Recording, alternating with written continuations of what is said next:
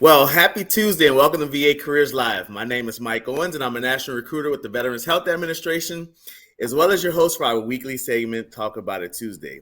If you're tuning in for the first time, I just want to let you know that we are here every Tuesday at 12 noon Eastern Time. So feel free to grab a snack and grab something to drink as we talk about careers here at VA. Now, whether you're new or you've been tuning in in this broadcast for the last 2 years, as you always know, we want you to be part of the conversation. So feel free to leave any questions and comments in the comment section below. My team and I will go through those questions and comments throughout the day and throughout the week to make sure that all issues are addressed. And one of the new features that we've kind of started the last few weeks on this program is that who's ever hosting tends to answer some live questions on the program. So if there's anything you would like me to answer on this program today, go ahead and put those questions in the comment section. Because of the time constraints, I can't answer everything, but I'll try to get as many as possible today. So if you have anything that you would like me to answer, of course, that's career related. My avenue is HR and career. So if you have anything that's career related that you would like me to answer here on VA Careers Live or Talk About It Tuesday, go ahead and put that in the comment section right now. And lastly, we want you to share our broadcast because we all know someone who's looking for a great career here at VA, and we want to make sure that we get this information out to as many people as possible. So if you would please hit the share button, and we have a special hashtag that's associated with this program. That's hashtag work at VA. Again, hashtag work at VA. And you can also use hashtag VA careers.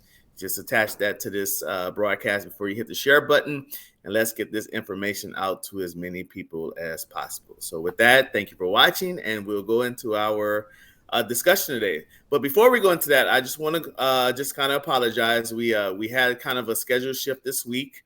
I know that if you've been keeping up with our broadcast throughout the week, you have seen that we posted that we were going to have a discussion about IT positions and a possible IT career fair. But that's been shifted a little bit. Our guest speaker had another engagement that they had to go into, and it was perfectly fine.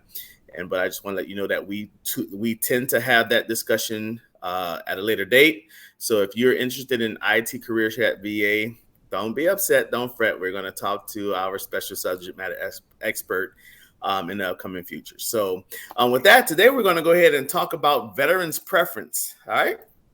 So veterans preference, as you know, when you apply for a job on VA Careers, you apply for a job at USA Jobs. Based on your application, you get a certain amount of points based on the answers and everything that you submit with your application. What veterans preference is that if you are a veteran or you're considered a veteran, you served in the military and you served during a time of war or any type of campaign, you get a few extra points added to your final score. Those points can be 5 points or you can get 10 points based on your classification. All right. So again, to be considered to be considered for veterans preference, it's a veteran who is disabled or who served on active duty during certain specific time periods, or in military campaigns are entitled to preference over non-veterans, both in hiring from competitive lists and in retention during reductions of force. So again, if you served in the military during a specified time frame, or you're a disabled veteran, or you served during a time of war or during some type of special military campaign, you are eligible for veterans preference. Now, again, to be eligible for veterans preference, you have to make sure that announcement is giving veterans a preference, because you have to understand that when you look at a job announcement on USA Jobs, you have to see look at the section that says who may apply. And it'll show you the special categories of candidates that they're going to give preference to. Some job announcements may have military spouses. Some positions may be open to only federal or current or former federal employees. Some may be open to current National Guard members. Some may be open to veterans as a whole. So in order to receive veterans preference when you are applying for a job, that job announcement has to specify that they are using the special veterans preference category. Normally, the symbol for that is like a green shield. If you go to USA Jobs or VA Careers and you look at a job announcement, and you look at the who may apply section, every preference or every category has some type of symbol. And the symbol for the veterans preference is a green shield. So if you see that there is a veterans preference for that, you can use veterans preference. So again, make sure that if you're going to use veterans preference, it is a position that allows for veterans preference. All right. So there was, and I want to say something. There was something that I actually learned today about veterans preference. Of course, to be considered for veterans preference, you must have a honorable or general discharge. So if you have a dishonorable discharge, you're not quite eligible for veterans preference. But if you have been discharged honorably or you have a general discharge, you are eligible for veterans preference. Now, something I just found out and researching, I know we talked about veterans preference before, but something that I found out today is that if you are a retiree and you hold the rank of 05 and above, which means if you served in the Army, the Air Force, the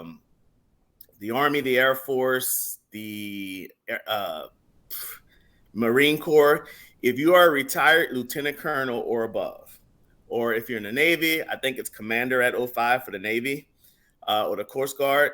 If you are retired 05 and above, you're not eligible for veterans preference unless you are a disabled veteran. So let's say you're a retired lieutenant colonel or retired commander or captain in the Navy or colonel, or you're a flag officer, which are the general officers, or your admiral officers in the Navy.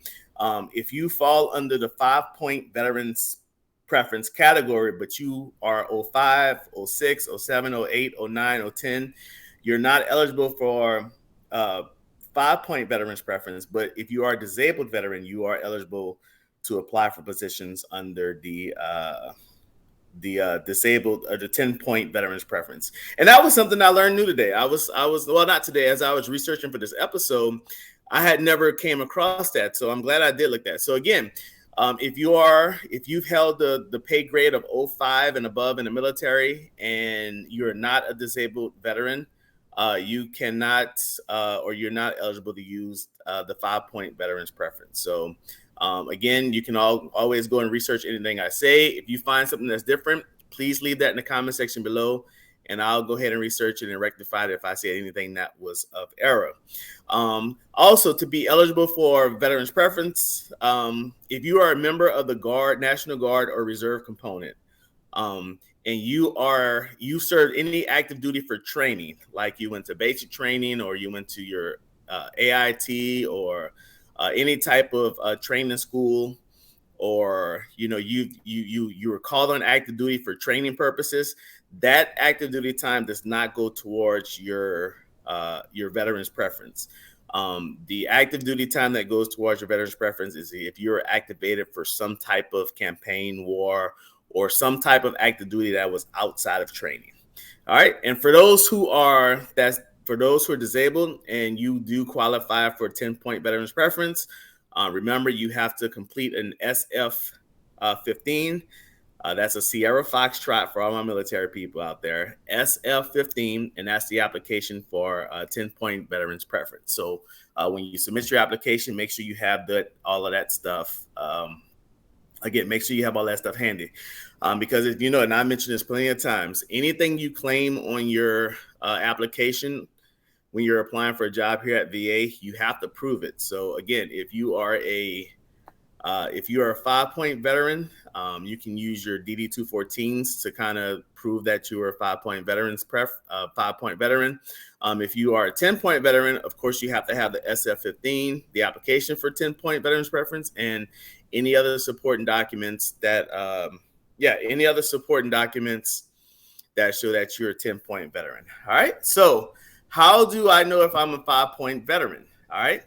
A 5-point veteran is someone that served during a war. If you served on active duty during a war, if you served more than 180 consecutive days, anytime after September 11th. So if you served 180 consecutive days on active duty for other than training, remember, training doesn't count. But if you served more than 180 consecutive days of active duty after 9/11, then you're considered a 5-point veteran, or you can use that. If you were somebody that served on active duty or in a campaign where a campaign medal has been authorized, like the Armed Forces Expeditionary Medal, medals for Operation Enduring Freedom, medals for Operation Iraqi Freedom. If you served in Bosnia during the operations Joint Endeavor, Joint Guard, or Joint Forge, any global war on terrorism, the Persian Gulf, a lot of those different campaigns can apply or can qualify you if you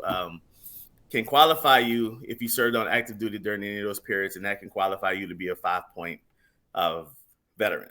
As far as 10-point veteran, you must be a veteran who served any time and has a service-connected disability. So if you're a veteran that has a service-connected disability, or you're receiving compensation, disability, retirement benefits, or a pension from the military or VA, those individuals are qualified for 10-point veterans. If you're someone that received the Purple Heart during your time of service, you qualify as a disabled veteran, and you can use the 10-point veterans preference.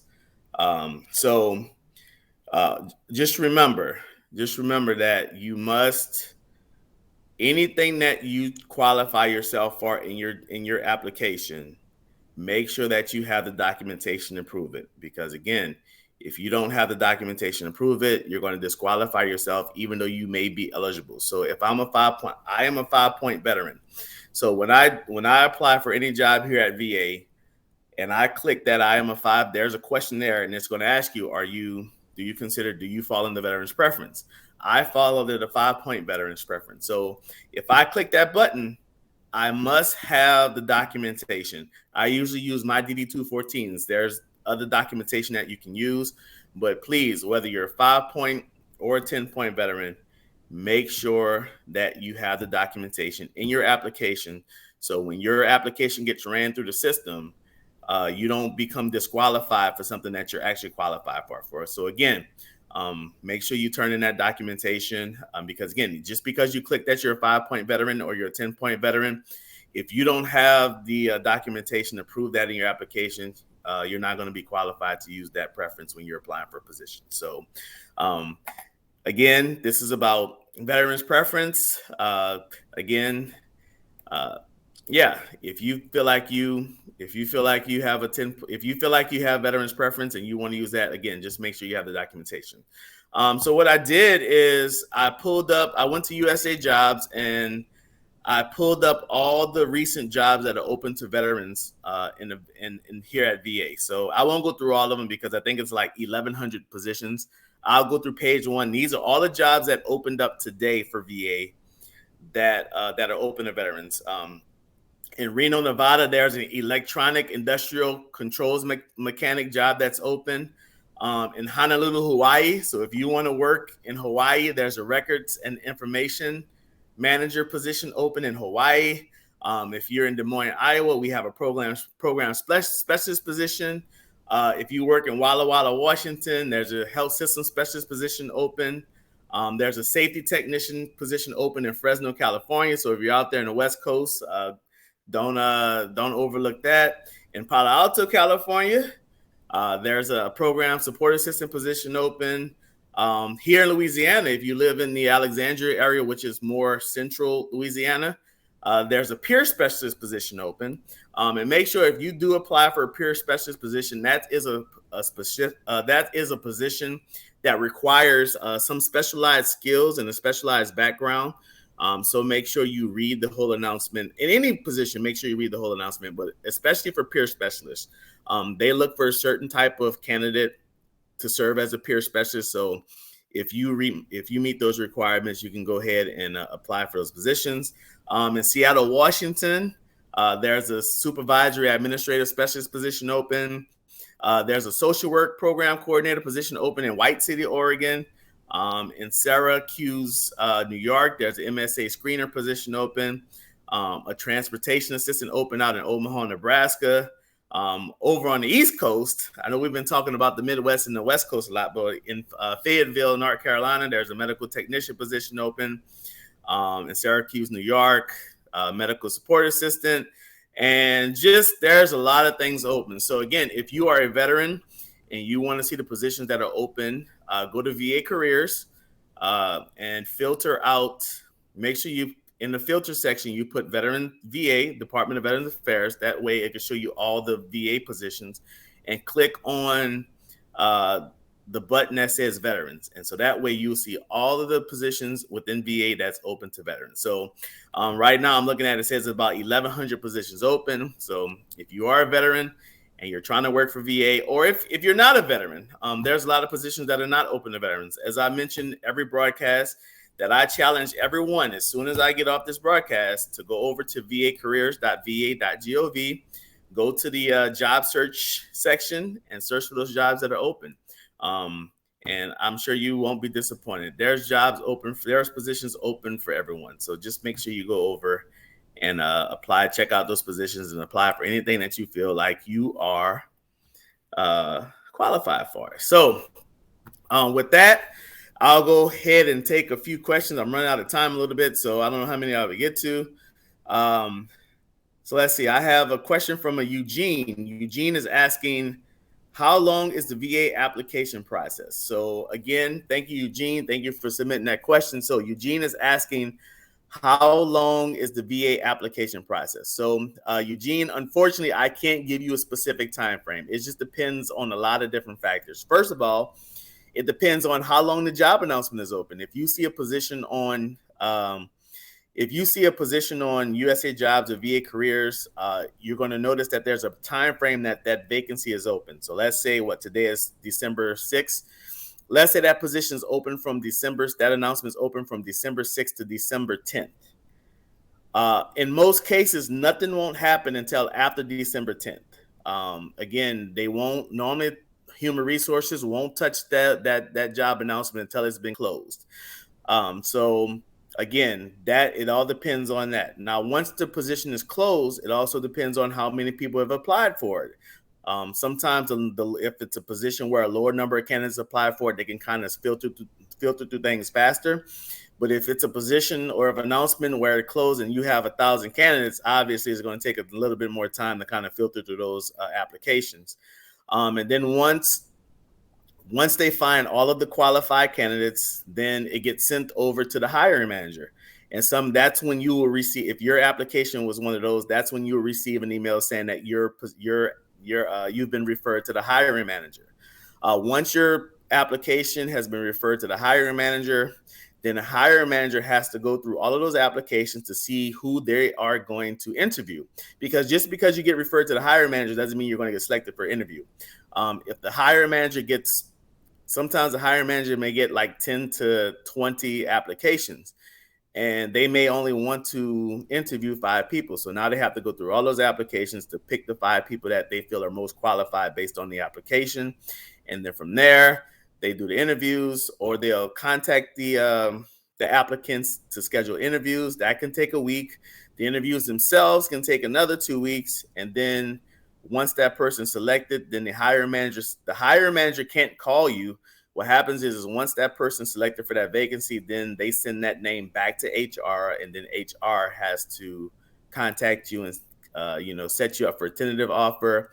Then there's paperwork that you have to fill out, and then at the end, you'll finally get a final offer with your start date. So that can take anywhere between a couple of weeks to sometimes I've seen a couple of months. So again, I wish I can give you a certain time frame, but there really isn't any. I would say just be patient as you're going through the application process. But Eugene, thank you for submitting that question, and we appreciate you for tuning in to talk about it today.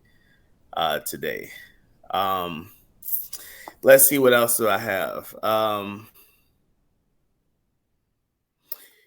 Megan is asking, if I'm applying before I'm off of active duty, will a statement of service be sufficient? So Megan, I'm assuming you're talking about using your veteran's preference. And you, of course, if you're not off active duty, you don't have that DD-214 yet. So yes, if you have any type of statement of service that shows that you're eligible to be a 5-point veteran, or you're eligible for any type of veteran's preference, that will suffice. You don't necessarily need a DD 214 if you're still on active duty. I would just say that if you're still on active duty and you're applying for position, just make sure that it's not too far out. Like if you still have 6 months left on active duty and you're applying for a job that they want someone in next month, just make sure that you're able to start that position when that hiring manager wants someone to start that position. But yes, if you are trying to apply for veterans preference on your application and you're not yet off of active duty, yes, a statement of service will be sufficient. So let's see what else I have here. Let's see.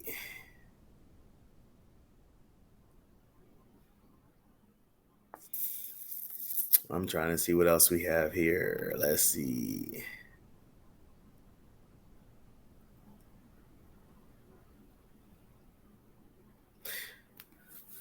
So I think this is Raphael. Raphael is asking, how could I join the team as a recruiter? He says TA, but I'm not sure what TA is, but he has TA/recruiter. I have the education and cert. So basically, the best advice that I can give you, Raphael, and first of all, thank you for submitting the question, but the best advice that I can give to you, Raphael, is if you want to come on as a recruiter, there's a lot of positions open. A lot of our recruitment positions they use the job title human resources specialist, but in parentheses, you'll see recruitment and placement. So just search for those HR positions. But if you qualify to be a recruiter, just make sure that you have everything in your application. Make sure your resume is up to date. Make sure your resume has all the information pertaining to your experience in recruitment. If you have any certificates that can back up any of those claims, you can add those certificates to your application. You can add anything to your application.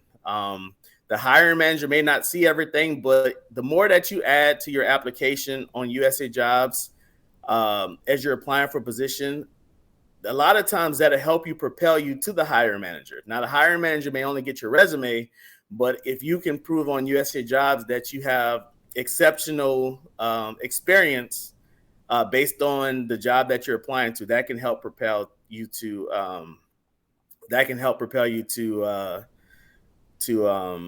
the hiring manager. I know when I apply, and I'm giving you guys my secrets. I know when I apply for positions, I use some of the awards that I've won on active when I was in the military. If you don't know, I am retired military. I spent 12 years in the Army and 8 years in the Air Force. So I retired after 20 years, 9 months and 6 days. But I have any Army commendation medals or any achievement medals that I've earned that are relevant to any position that I'm applying for. I make sure that I add that to my application, because again, it won't hurt to add more, but it can definitely help you if those awards that you've earned while you're on active duty are relevant to the job announcement that you're applying for. So again, anything that you add to it. So I would say again, Raphael, just if you have the certificates or if you have the information that shows that you're a highly qualified recruiter, I will go ahead and add those to your application. And that can possibly, again, there's no guarantee, so I'm not going to sit here and give you any false guarantees, but that can possibly propel you over to the hiring manager. All right, so let's see what else I have here. Let's see.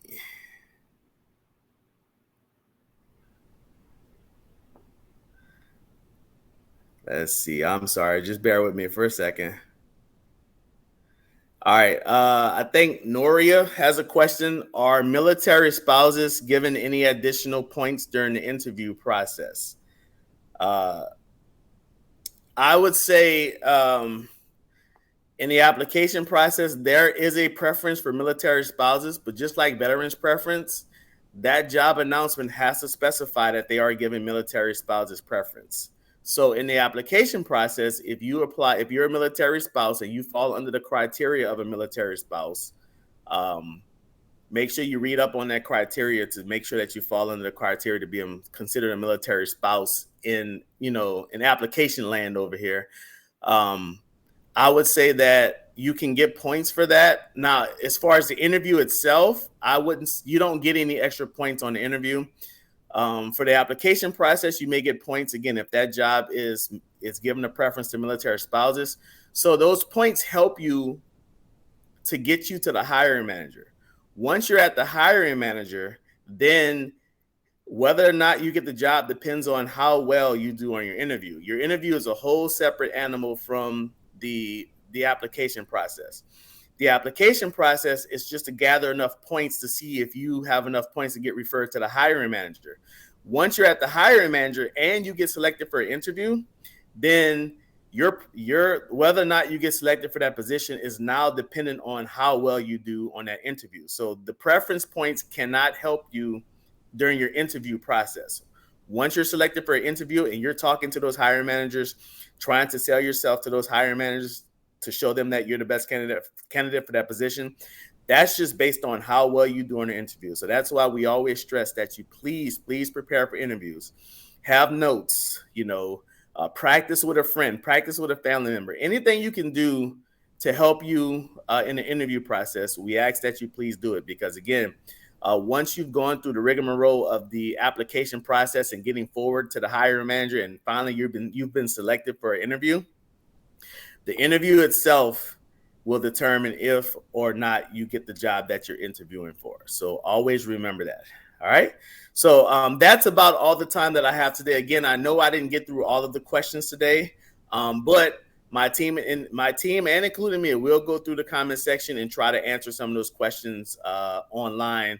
So if just make sure you keep your notifications on, and if we reply to your comment or question, you should get a notification that we've replied to your question or comment. So we'll do that today. So as always, again, I want to apologize again. I know that throughout the week we were saying that we were going to have a special interview talking about IT positions because there was a conflict in the schedule, so we couldn't do that today, but we will have that interview in the near future. So if you're interested in IT jobs here at VA, first, go to USA Jobs and VA Careers and look up those IT positions. But if you want specific information from a subject matter expert, again, we'll have that information and we'll have that interview and that broadcast in the near future. So with that, I just want to thank everyone for watching. I hope everyone had a great Thanksgiving. Now we're into the December months where we're getting ready to celebrate Christmas. So again, we thank you for watching. We thank you for tuning in, whether it's your first time or whether it's you've been with us for the last 2.5 years. Thank you. And as always, if it's Tuesday, we're definitely going to talk about it here. And I hope to see you all on next Tuesday. Have a great day.